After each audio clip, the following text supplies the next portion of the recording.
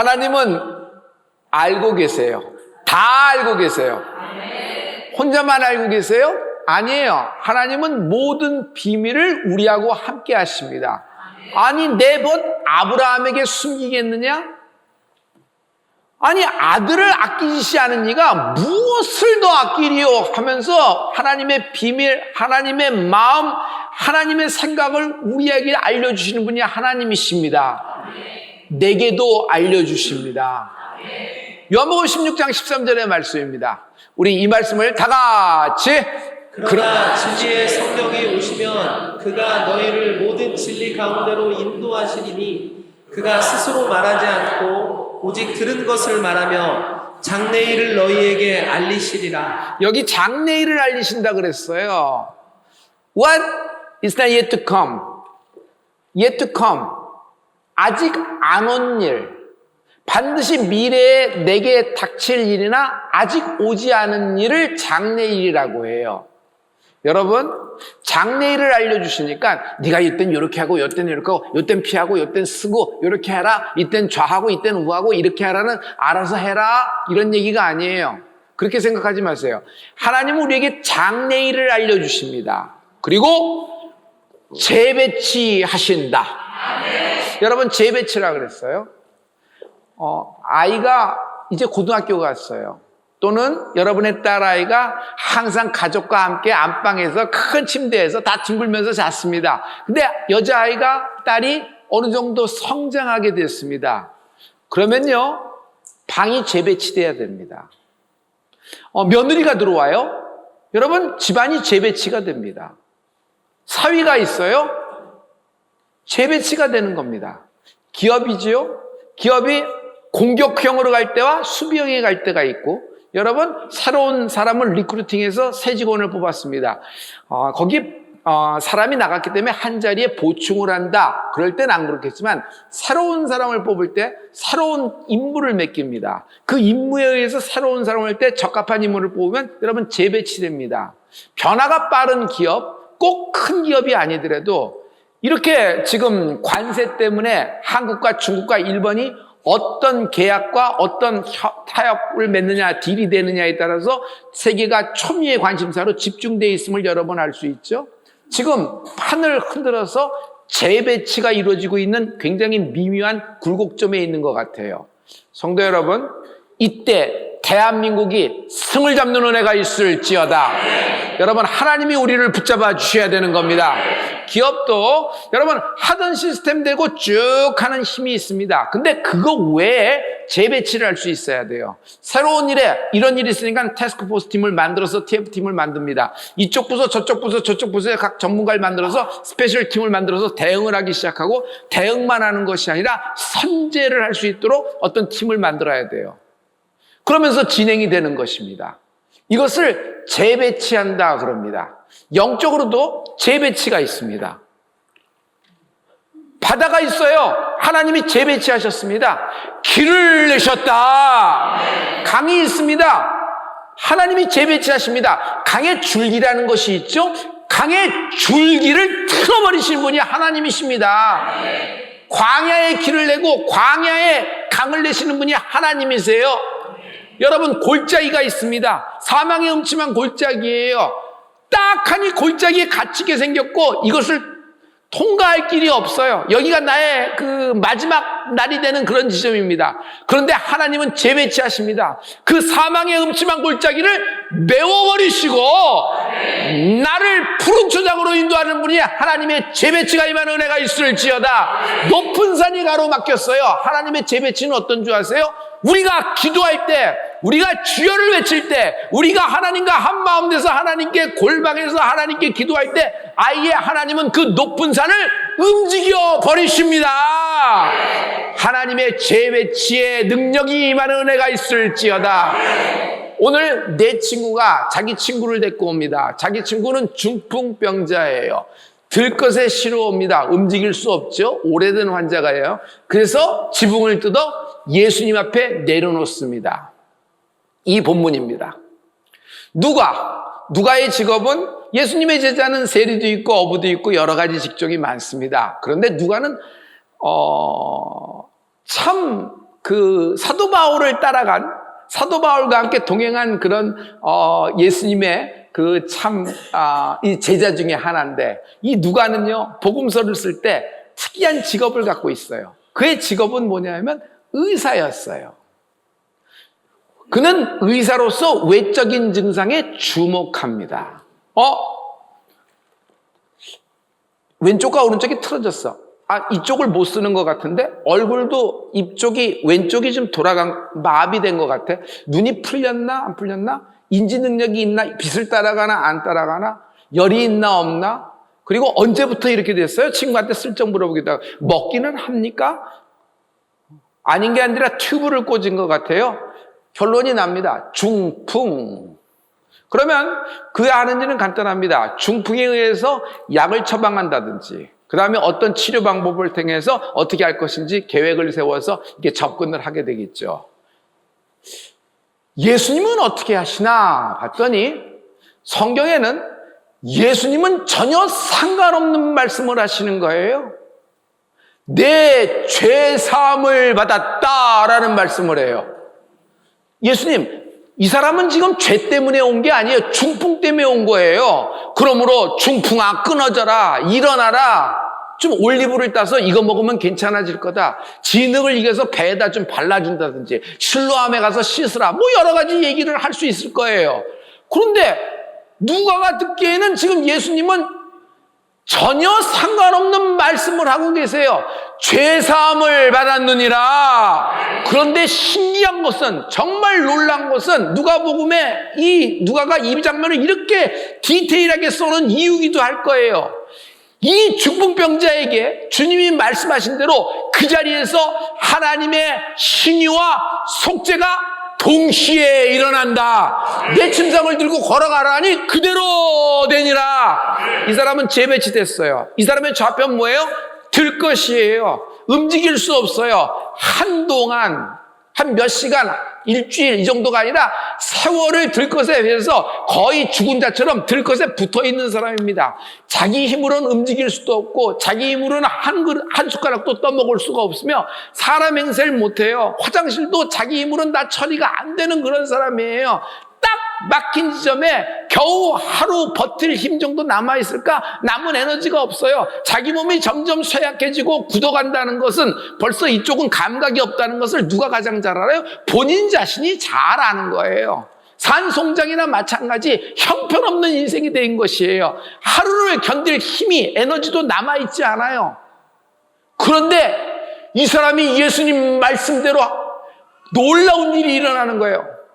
신유와 속죄가 동시에 일어난다. 네. 할렐루야. 하나님은 지금 내 상황, 내 문제, 내 형편과 전혀 상관없는 말씀으로 응답하신다. 네. 왜 그럴까요? 오늘 결론입니다. 누가는 의사, 누가는 병을 고칩니다. 그러나 하나님은 인생을 고친다.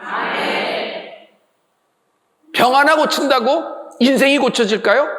그 병 외에는 다른 병은 없을까요? 그 병 때문에 혹 연동되는 것이 나오지 않을까요?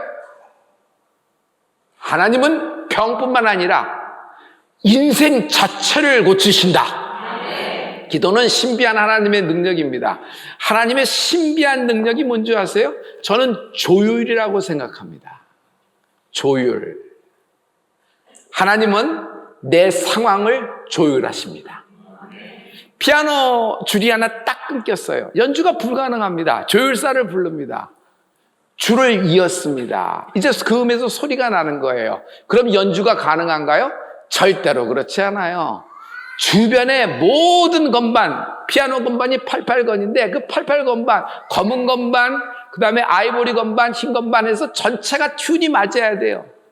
440이라는 A음을 기준으로 해서 전부 다 반음으로 처리해서 탁탁탁탁 이것이 맞아 들어가고 온음이 맞아야 되는 거예요. 그래야지 연주가 가능한 것이에요. 한 개 고쳤다고 되는 것이 아니란 말이에요. 모든 것이 연동돼서 아름다운 음악이 나오는 것처럼. 사랑하는 성도 여러분, 나는 지금 중풍병자 때문에 질병 때문에 왔어요. A라는 문제 때문에 왔고 B라는 고난 때문에 왔습니다. 그러나 달랑 그거 하나 하나님이 해결하신 것이 아니라 그 고난과 그 문제로 인하여 통째로 여러분의 인생을 고치시는 하나님을 찬양합니다. 우리가 조율이라고 하니까 이렇게 저렇게 주거니 받거니 엎어치고 매치고 이렇게 말을 화려하게 했다, 사람을 들었다 놨다, 좀 뜨겁게 했다가 이렇게 했다, 이렇게 막 해서 정신없게 만들어서 문제를 풀어가는 능수능란한 능력 있는 언변에 있는 사람, 이래서 조율하는 사람 이렇게 생각하는데 이것이 하나님의 조율이 아니에요. 하나님의 조율은 내 상황을 재배치하신다. 여기 내 바로 우측에 내가 해결할 수 없는 문제가 있는데 여러분 50층짜리예요. 여기 내 앞에 고난이 있는데 이것은 뭐 큰 산처럼 앞에 떡하니 막혀 있는데 그 뒤로 첩첩산중이 연달아 돼요. 이 고난을 넘어도 또 있고 있는 것 같아요. 그런데 바로 내 앞에는 넘어올 수 없는 큰 물줄기가 흐르는데 급류가 있는데 이건 강인데 너무 깊은 강, 시꺼먼 강이에요. 모두 다 빨려 들어가는 그런 방이에요. 그런데 하나님은 내 앞에 놓여진 모든 고난, 문제, 높은 산, 시꺼먼 강을 재배치해 버리시는 거예요. 하나님이 재배치가 어떻게 되는 거예요? 여러분, 내 뒤로 물러가게 된다. 하나님은 내 상황을 재배치하신다.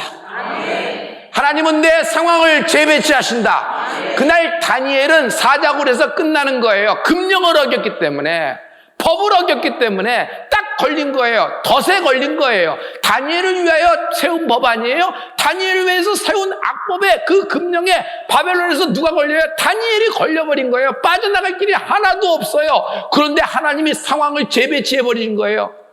다니엘이 하루에도 3번씩 예루살렘에 향하여 창을 열고 기도하는 기도 골방에 있는 다니엘의 모습을 보고 사자굴이 아니라 다니엘을 다시 세우시는 하나님을 찬양합니다.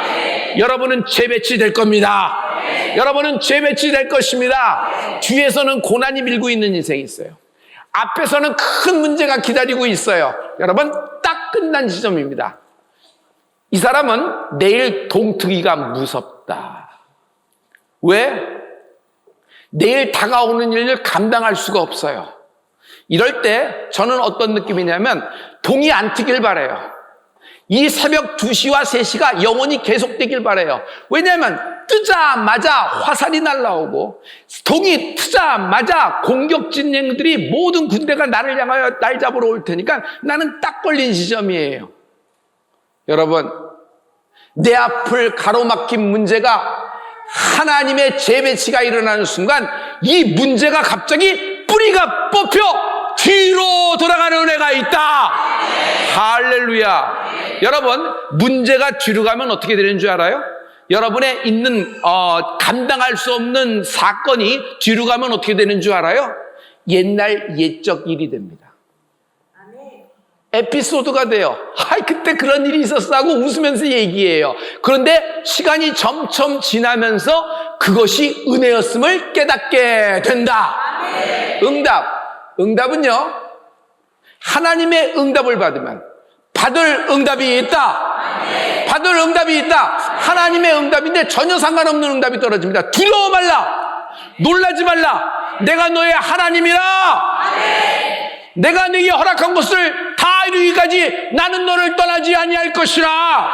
아니, 내 문제와 내 고난과는 전혀 상관이 없어요. 실질적이 아니란 말이에요. 그런데 이 하나님의 응답이, 받은 응답이 딱 떨어지는 순간 어떤 문제든, 어떠한 성격의 성향의 문제든 여러분 순삭간에 그림처럼 뒤로 떨어질 것이다. 여러분, 이렇게 순삭간에 움직일 수 있을까 하는데 나중에는 내가 이걸 어떻게 견뎠지 그래요. 아니, 이 문제 때문에 7년 반을, 이 문제 때문에 9년 동안을, 이 문제 때문에 12년 동안에 속끓이라면서 이렇게 온 거예요. 여러분, 7년이 짧아요? 9년이 짧아요? 10년 세월이면 강산이 변한다 그랬는데 얼마나 많은 세월, 그냥 한 인생이 이것 때문에 접여진 거 아니에요? 그런데 순삭간인 것처럼 느껴지는 거예요. 아니, 이것을 어떻게 견뎠지? 정말 눈깜짝 사이에 있는 것 같아. 이미 딱 놓으면 영의 느낌이 이렇게 되는 축복이 있다. 할렐루야! 할렐루야! 저는 이 사건을 보면서 야곱의 사건이 확 연결되는 걸 봐요. 야곱은 지금 좌표가 야복강 앞에 있다. 그의 상황은 오도 가도 못하는 상황이다. 갖고 있는 모든 것은 재산과 재물, 모든 종들 포함 가족까지도 다 야복강 건너 형에게 보냈다. 자기는 이젠 세상에 덩그러니 혼자예요. 그런데 한밤중에 내일 살기를 느껴요. 한밤중에 내일 다가오는 저벅저벅 등골이 화싹 하면서 심장이 터질 것 같고 어떤 때는 숨이 안 쉬어질 것 같아. 그리고 이건 누워도 일어나도 하루 잠 못 자는 건 당연한 것이고 살기를 느끼는 거예요. 살기, 쎄한 살기예요. 아닌 게 아니라 형이 군대를 동원해서 화살이 전체가 다 야곱을 향하고 있어요. 칼을 갈고 있는데 그 칼끝이 야복강 건너 야곱을 향하고 있어요. 저기에는 누가 있어요? 높은 산에는 저격수를 놨어요. 그래서 야곱 한 명 잡으려고 수십 명의 저격수들이 야곱을 향하여 빨간 레이저를 쏘고 딱딱딱딱 맞춰놨어요. 자기도 여기 레이저가 떨어진 것을 보여. 에서가 손 한 번 든다든지 눈 한 번 찡긋하고 고개를 뒤로 쳐내려면 그냥 쏴지는 것입니다. 동투기가 무서워요. 잠을 못 자는 건 당연한 거예요. 이것이 야곱의 상황이에요.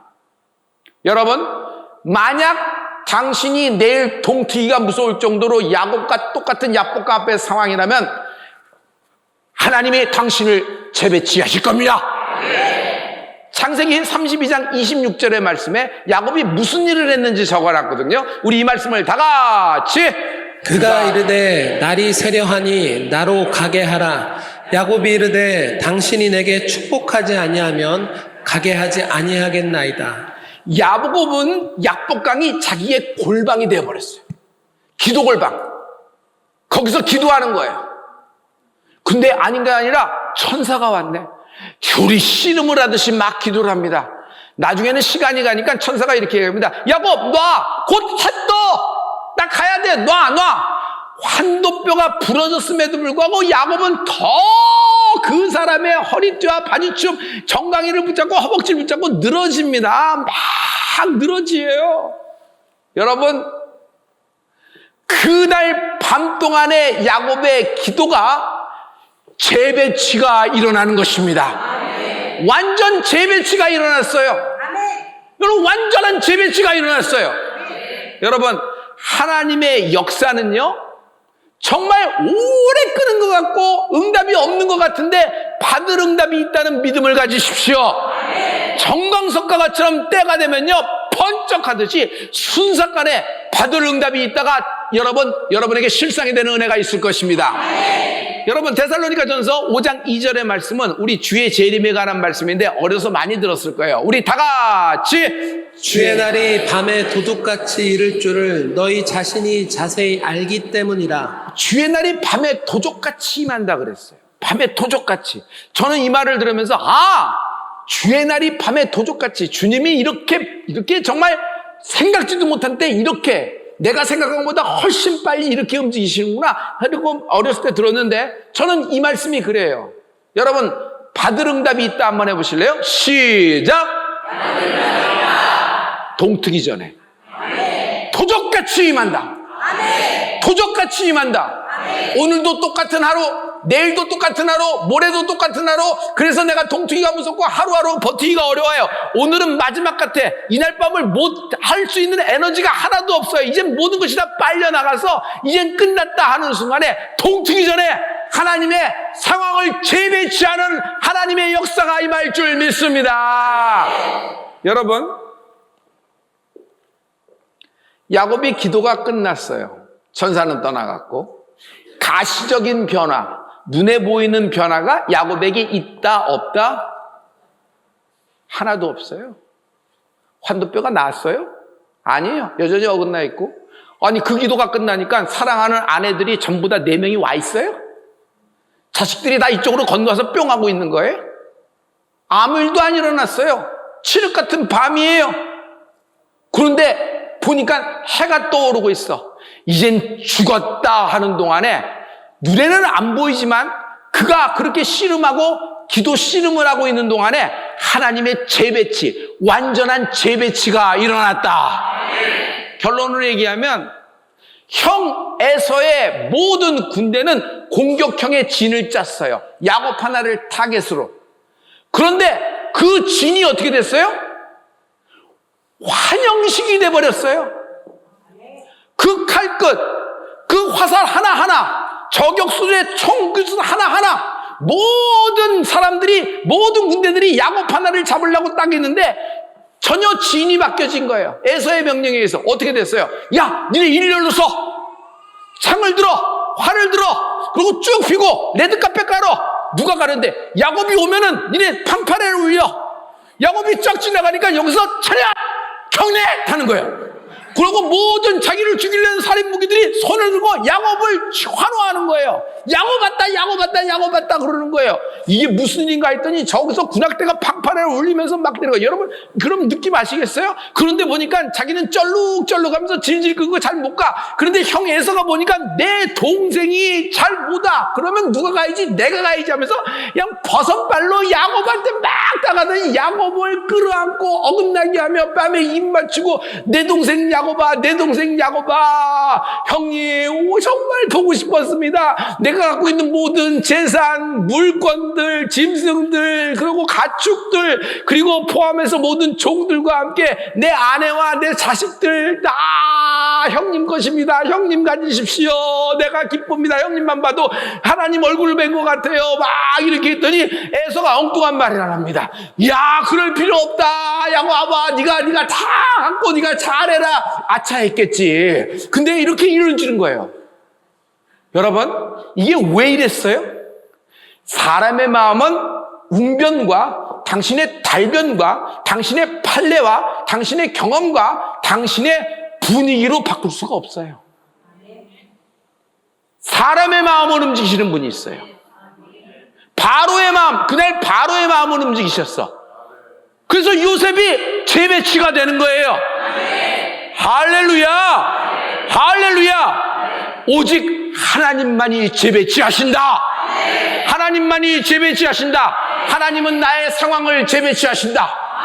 하나님은 나의 상황을 재배치하신다.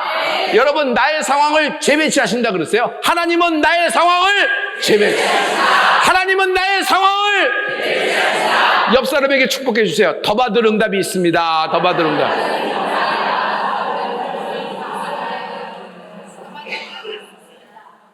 이야, 더 받을 응답이 있다. 더 받을 응답이 있다. 야곱은 이미 성공했어요. 갖고 있는 게 굉장히 많아요. 근데 그가 다가 아니에요. 재배치가 일어난다는 것은 갖고 있는 재산의 한 층을 더 얻었다. 부피가 커지고 동그라미가 하나 더 늘었다. 이 정도로 이런 게 아니란 말이에요. 여러분, 우리가 야곱의 이야기를 아브라함부터 잘 알고 있죠?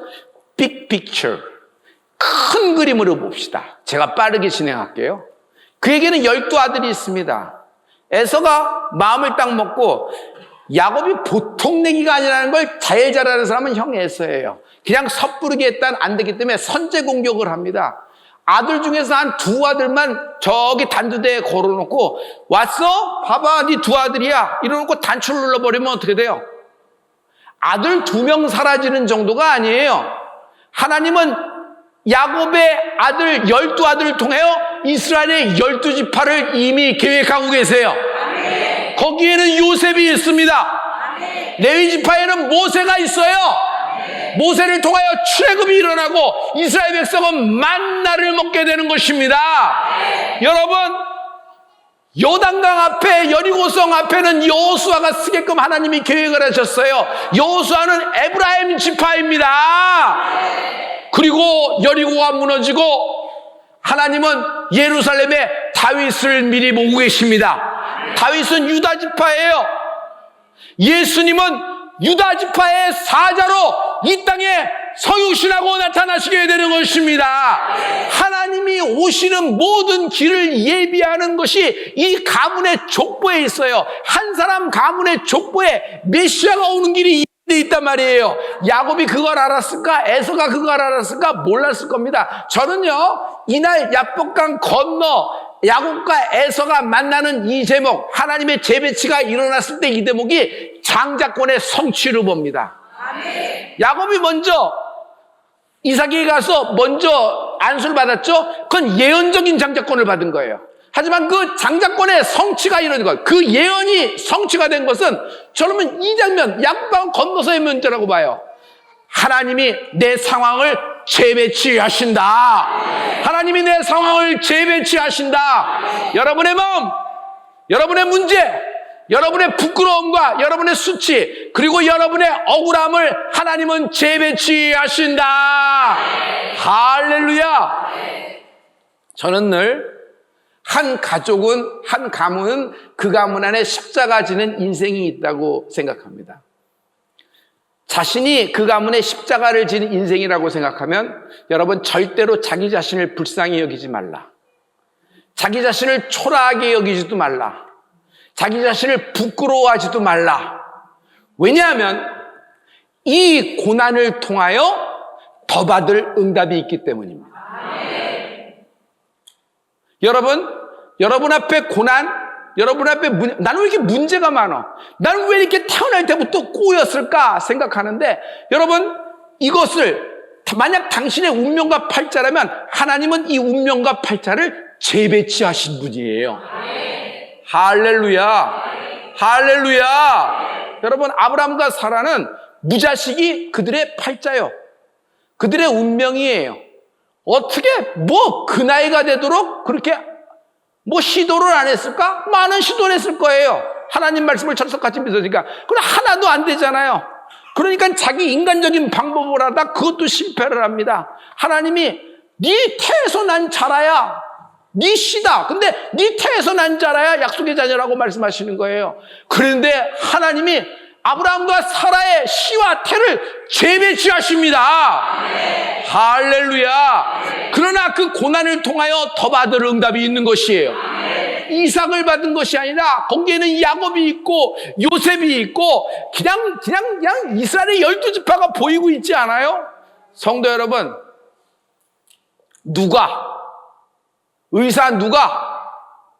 누가복음의 저자 누가는 그냥 놀래버리는 거예요. 어떻게 예수님은 이렇게 초간단으로 처리하실까? 속죄와 신유를 동시에 처리하실까? 아무런 절차도 거치지 않고.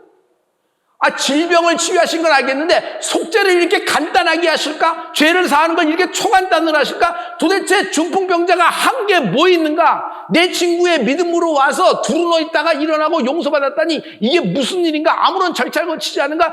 누가는 이것이 너무 신기하고 너무 놀라고 이게 도대체 무슨 일인가 생각해서 디테일을 적어놨다고 나는 생각해요. 성도 여러분, 모든 것은 절차라는 것이 있습니다. 모든 것은 절차라는 것이 있어요. 그래서 그 절차를 지키기가 굉장히 까다롭고 어려운 순간도 있어요. 우리가 하나님으로부터 용서받기 위하여 치러야 될 많은 절차들이 있어요. 제가 그 절차를 얘기할게요. 우리가 받을 절차, 저주라는 절차를 받아야 돼요. 슬픔이라는 절차, 그리고 고난과 고통이라는 절차를 받아야 돼요.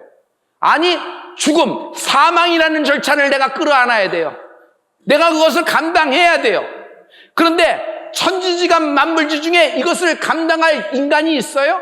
의인은 없나니 하나도 없다고 하신 거예요. 그래서 나의 아버지 되신 하나님은 내가 감당하고 내가 치러야 될 몫과 모든 절차를 주님이 대신 치르셨다.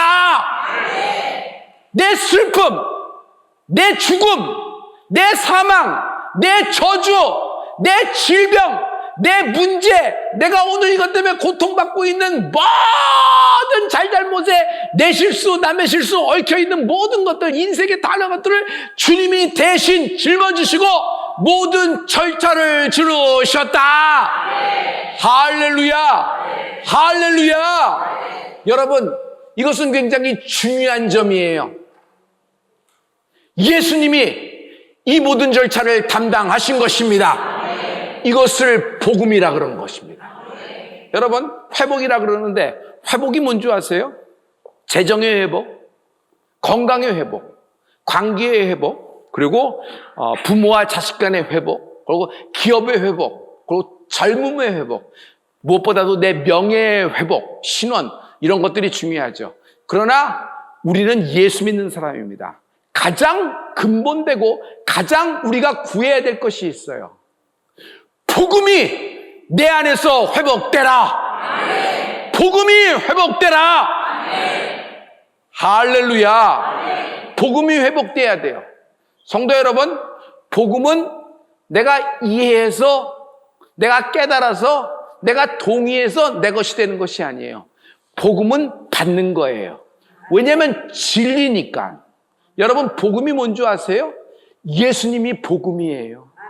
복음을 이론적으로, 교리적으로 자꾸 풀어서 어렵게 만지지 마세요.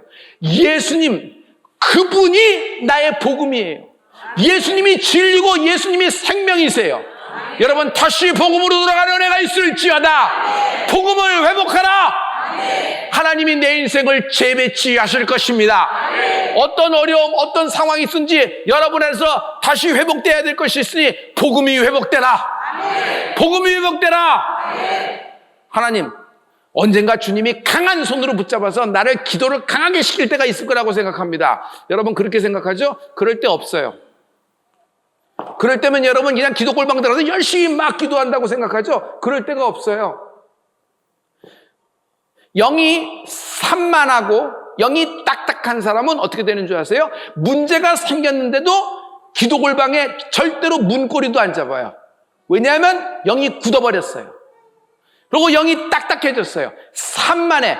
혹 강제로 기도 골방에 들어간다고 하더라도 기도 골방이 지리적으로 어떤 좌표적으로 있는 것이 아니라 개인적인 기도 시간을 얘기해요. 하나님과 나만의 1대1의 기도 시간을 얘기하는데 거기에 들어갔다고 하더라도 빨리 빠져나옵니다. 전화벨이 너무 많이 울려.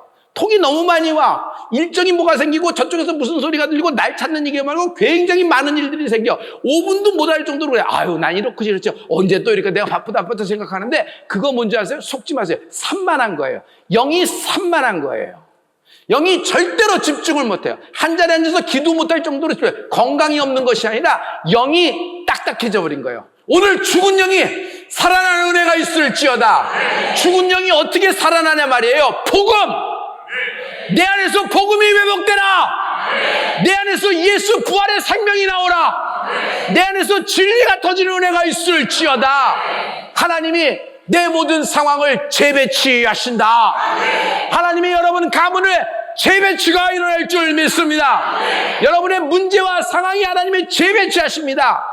그렇게 배치되었기 때문에 지는 거예요. 그렇게 셋업이 됐기 때문에 여러분 죽음으로 무섬좀 몰아가는 거예요. 거기서 빠져나올 길은 없어요. 이미 세팅이 됐으니까. 그런데 하나님은 나의 기도를 들으시고 이거를 이쪽으로 옮기시고 이걸 저쪽으로 옮기시고 이거를 낮추시고 이거를 높이시고 몽땅 다 끄집어서 뒤로 내게 하시고 나에게 길을 여시는 분이 하나님이십니다. 이 하나님의 놀라운 재배치에 하시는 하나님, 오늘 이 모든 여러분 상황 가운데, 문제 가운데 오늘 하나님이 오늘 밤 재배치하실 줄 믿습니다. 기도하십시다.